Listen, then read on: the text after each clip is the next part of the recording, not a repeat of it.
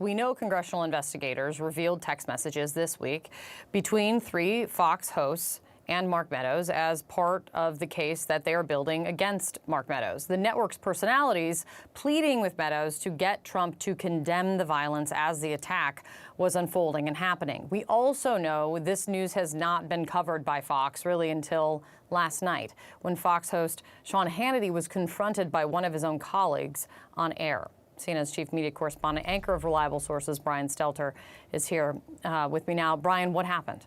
That's right. Sean Hannity and Laura Ingraham both defended themselves overnight, saying they've always been consistent. They've always condemned the violence of January 6th. And that's true. Both hosts did very quickly come out to condemn it. But then they've spent the past year whitewashing it, trying to blame others, trying to excuse the behavior. So here's what happened on Hannity's show, and Geraldo River called Hannity out and tried to hold him accountable.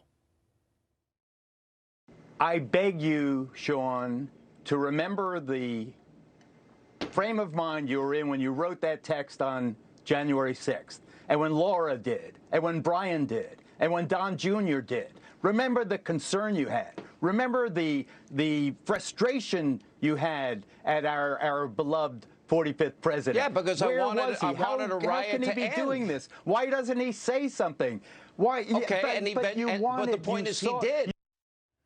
So Hannity at the end there saying, but the point is he did. He did come out and tell the rioters to go home. Of course, the former president did that way too slowly. He allowed it to go on for hours. Apparently he watched TV enjoying the sights that horrible afternoon. Yeah, this is a classic example of what Trump did for 4 years in office. He would set fires. He'd run around setting fires. And then he would say, oh, I don't like fire. I don't like fire. So he'd have it both ways. He would both cause destruction and then claim he was against it. And that's, of course, what happened on January 6th as well. So Hannity there is trying to let Trump off the hook, continuing to claim Trump was not responsible. And I think, Kate, that speaks volumes about where Trump is, continuing to lead the GOP. Figures like Hannity and Ingraham do not want to get on Trump's bad side. They suspect he will continue to be the leader of the GOP and possibly run for office in 2024. So you see these Fox hosts trying to cover up the past, even though they know just how horrible January 6th was.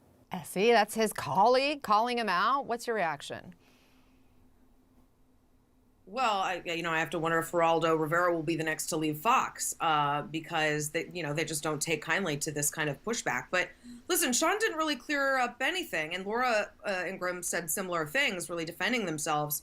Again, also blaming like Nancy Pelosi and Liz Cheney to distract us from what they said and did. But Sean says he's been consistent with his viewers, and that's just false. Yes, he did condemn the violence of January 6th, but he also spent the last 11 months saying Trump wasn't responsible and Trump supporters were not responsible. Well, that flies in the face of your text, which is saying make Trump do something.